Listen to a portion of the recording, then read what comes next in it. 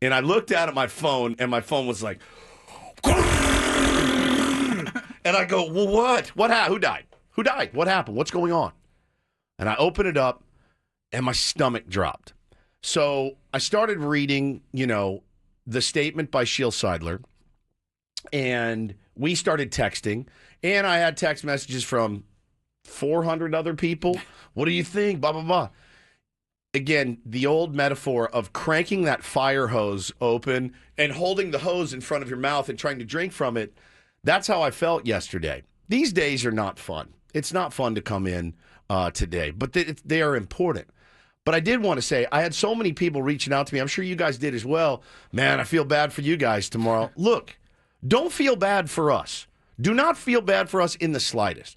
There are people in this situation that I feel bad for. It ain't Ben. It ain't Paul. It ain't me. Okay? Honestly, it starts with, the first thing I thought about, honestly, was what a crappy couple of years for Sheel Seidler and her kids. That's the first thing I thought of. I'm a dad, right? You lose Peter. We lost Peter. The whole city lost Peter. What a tremendous, tremendous loss it was for all of us. I think about him every day. He's inspired me to no end. He continues to inspire me. He inspired me and my family this weekend. I won't get into the details because I don't want to pat myself on the back, but he inspires us all the time. He is a common theme in our home. Every day we talk about Peter Seidler or think about Peter Seidler. When I grow up, I want to be like Peter Seidler. So I feel terrible for the 14, 15 months that they've had. I feel terrible. I'm a Padres fan. I feel terrible that this is happening right now. It makes me sick to my stomach. This is not the offseason news that any of us wanted to talk about. We bitch and we piss and we moan every day. You guys, breaking news at 10:05 again. Yesterday was one where I said, you know what? You can have this one. Yes. You can have this one. So I will never complain about them breaking anything at 10:05 again. It was like just past 11 a.m., I think, when everything started to come out, and I'm going, oh my God, I'm so glad we are not on the air. Yeah. Yeah. Oh. Yeah, I thought the same thing. But we will talk about it. Certainly, we have to. It's the biggest story in San Diego sports right now. People are like, Woodsy, are you going to go on a rant? I said, I don't feel like ranting. I feel sad. That's what I feel. I feel sad for so many different parties. And I feel bad for the fans that, like, this is what we're dealing with now. After how last season ended, you literally couldn't have drawn it up worse for Padre fans last year, the way that it ended. You couldn't. How could it have been worse than it ended with the Dodgers going on to win the World Series and you had them on the ropes? You can't draw it up any worse. I remember talking about last offseason, heading into the 2024 Correct. season. We're like, good God, this fan base took a lot of punches. Yeah. I mean, Peter passing away, trading Soto. Yeah. There's so much uncertainty. And we had a pretty good season. Great season. And then full of joy. And then 24 innings and everything that followed to today. You're like, this offseason might have been worse. Yeah. Yeah. I mean, it's losing a person of his magnitude will always be the hardest. It will always be the most impactful thing that's happened to us on the air. We've been here with you guys through. Think about some of the stuff we've been through with you guys. COVID, lockdown, strikes, Fernando Tatis Jr. suspension, the Manny Machado signing, the Juan Soto trade, the loss of Peter Seidler, for me, is the one that will stick with me for the rest of my life.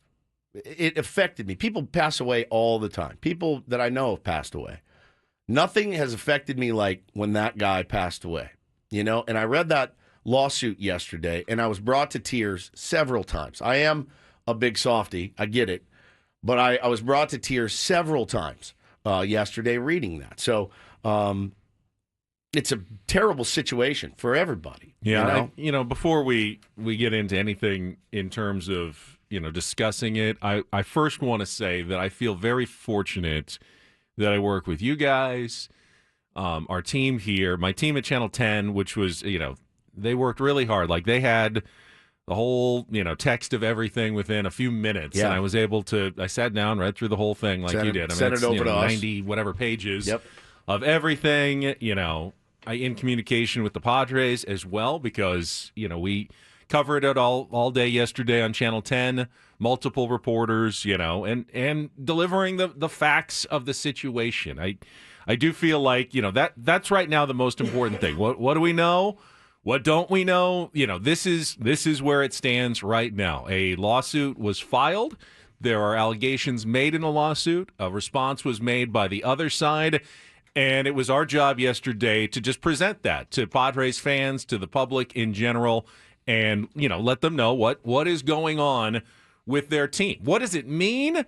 That is a really, really deep and difficult question. 100%. That is going to not be solved this morning. No. Not be solved today. Not going to be solved this week.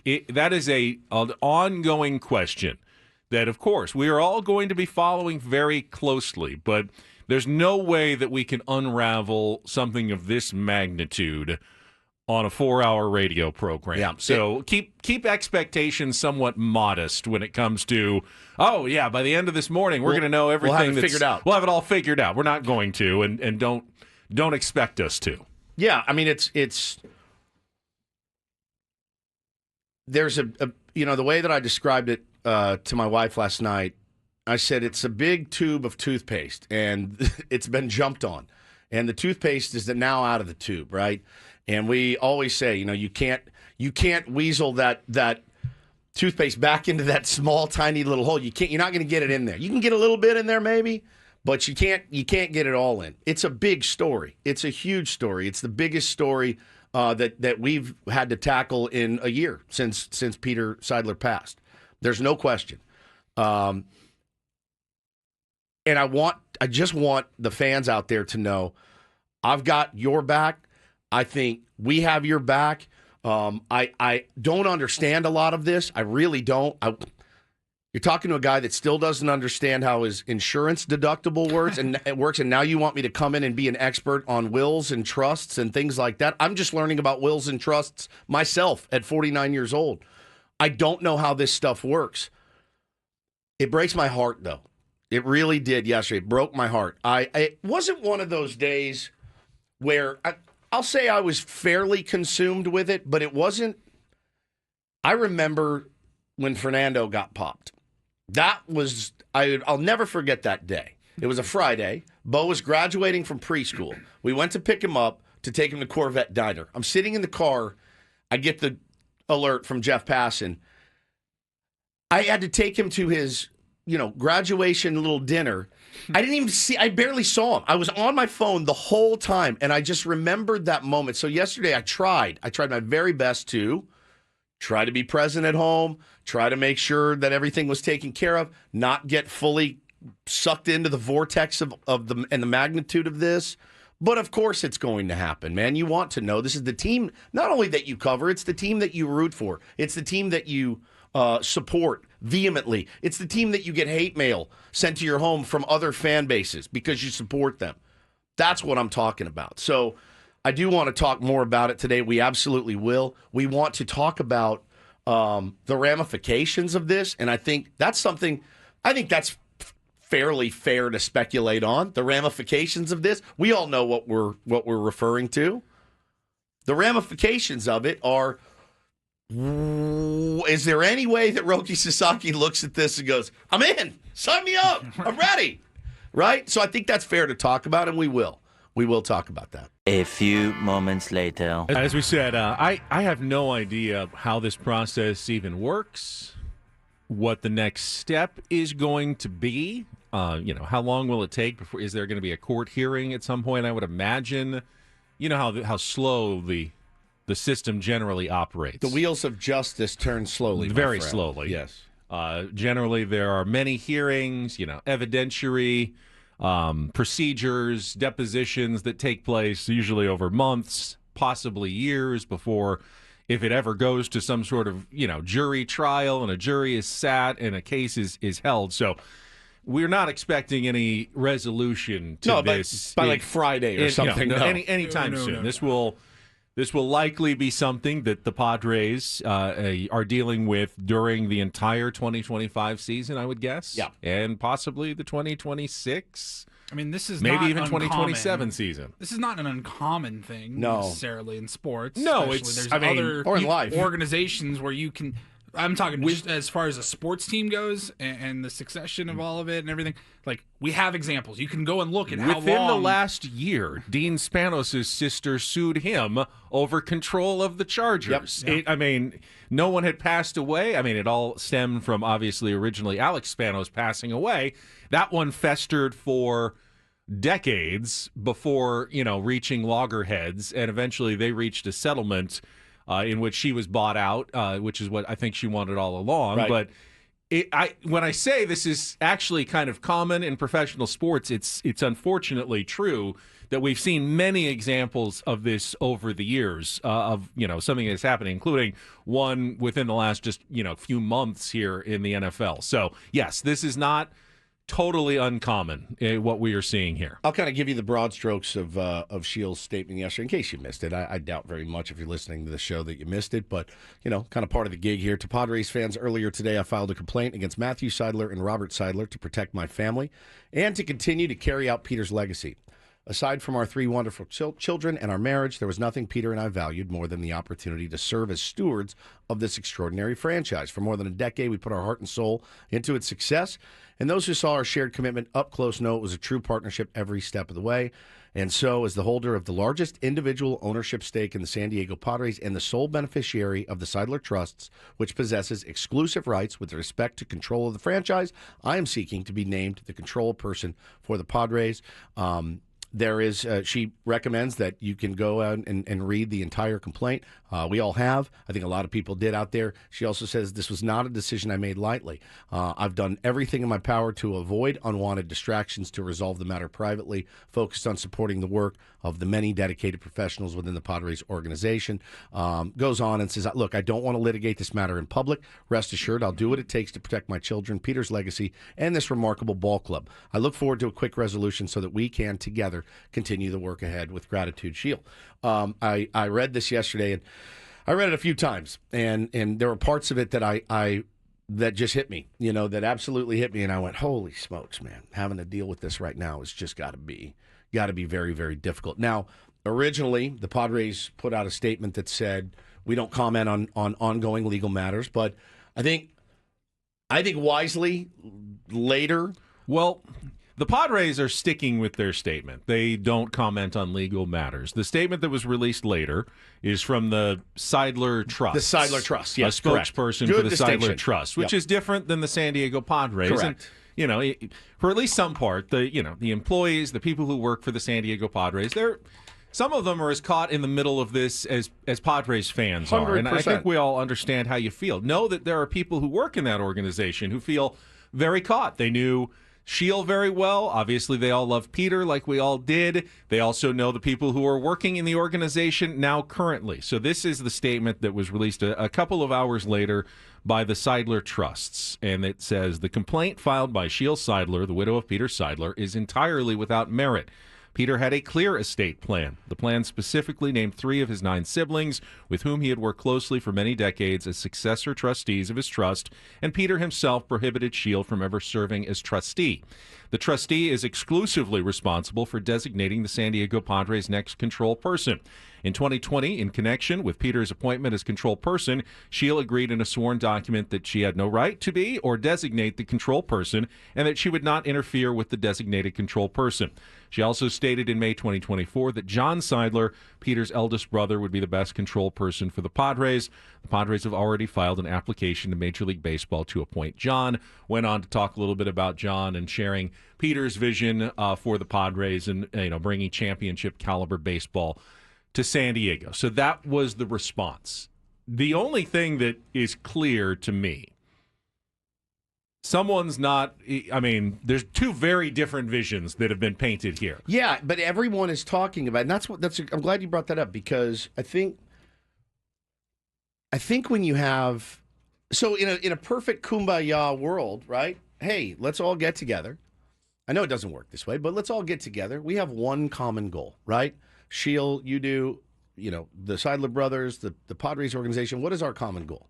We want to win a World Series. We want to win a couple World Series. We want to sustain winning in San Diego. We want to give back to this beautiful city and these beautiful fans and take care of and be good stewards of the community. A lot of which they do, other than the winning championships, right? Which, again, based on my experience with Peter Seidler, that was his vision. He wanted to win championships. He wanted to do it almost more than anything in the world. Eradicate homeless people. Not eradicate homeless people. Son of a Whoa, bitch. whoa, whoa. Eradicate homelessness. Whoa. Whoa. Whoa. God, I was on such a good roll. Whoa. Sorry, that was a misspeak That was by a Woods. That was a. Please don't take that out of context. Whoa. Eradicate homelessness. Jesus God. I may never recover from that. Eradicate. There are homelessness. flubs? There are flubs And and then there's there are that. I get what you mean. Yeah. If there are no more homeless people, it's because they've all found homes. Not Correct. because they're somehow You know what I mean. Gone. He didn't want to kill them. Eradicate them. He wanted to eradicate homelessness. He wanted to win a championship. I think the thing that I've been asking myself, if everybody's vision is the same, why can't we work together on this on accomplishing this vision, and use everybody's strengths for the greater good? I realize it doesn't work that way. I've seen Succession. We've all seen Succession. I know it doesn't work that way. People want power. People want the authority. I understand it. It's 2025. I'm not a dummy, but that's the kind of thing that bothered me. Like, okay, well, what exactly is the vision? Just from my conversations with Peter Seidler, I know what his vision was. It was he wanted to win championships and not kill homeless people and eradicate homelessness. That was the two things, other than his family, he loved the most. And so, I understand it doesn't work that way, but I thought about that all day of like, I wish you guys could figure it out and work together to bring a championship to San Diego. There are a lot of different theories on how to best win a championship. No one has the exclusive strategy on what's best to do. I mean, is it better to pool all your resources for a couple of years and Right. go for it entirely, or is it better to try to extend your window and just keep getting to the playoffs and hoping one year, hey, everything goes well in October and you make it? I mean, every team, tackles these questions and has their own solution of how they're going to try to win a championship. Obviously, we can't all be the Dodgers and just, spend until defer. every Yeah. single player that you can possibly want under the sun. There's one team right now that's really doing that, maybe two if you talk to the Mets as well right now. So there are different theories of how a team like the San Diego Padres can win a championship. I can understand that. When it comes to this dispute, for me, and I would hope that even, most Padres fans and anyone who even works for the Padres would agree. I don't know enough at the moment to take a side. People are declaring their allegiances on the internet yesterday. I will always be Team Peter Seidler. Yeah. I knew Peter. I trusted him. I think we all did. That he was a good human being with very high character that had wisdom and was generous with his time, generous with his resources, and trying to do good for both the world and the San Diego Padres. Put his money where his mouth is, yes. And my overriding thought yesterday was that all I want is for Peter Seidler's wishes to be honored. Correct. I'm with you. That's all I want. I don't know what those are. And I hope that this process, whatever it is and however long it takes, and I'm willing to stick it out here, will unravel, those two statements that we just heard and, get to the heart of the matter and, find out what Peter Seidler's wishes were. And in the end, I hope that those wishes are honored. Yeah. And I can't see anyone really in San Diego disagreeing with that notion. That's other than some of the things that I read in the lawsuit yesterday that I was quite taken aback by. Can I say this? I don't like necessarily the Dodger fan connection, and I don't know. I know the O'Malley story. I know Peter had connection. I don't like it. So if our team, I'll go on record as saying I don't want the San Diego Padres to be run by Dodger fans, if that is in fact the case. Is that fair for me to say? I think that's a reasonable request for a Padre fan to say, yeah, I'm not great with, I wouldn't be necessarily great, Ben, with Sandy Koufax coming down here and running the team. You know what I mean? Oral Hershiser has bought a stake in the Padres. I'll pass. I'm going to pass on it. Is that fair to say that I don't want Dodger fans running this team? Yet, if you had said that in 2012 when Peter Seidler and Tom Seidler were part of the ownership group, you would have gone, I don't like this. These are Dodger people coming down. And it turned out that both of those people were fantastic. Dodger people are different than Dodger fans. And what I saw yesterday on the internet looked like Dodger fans to me. Dodger people are different.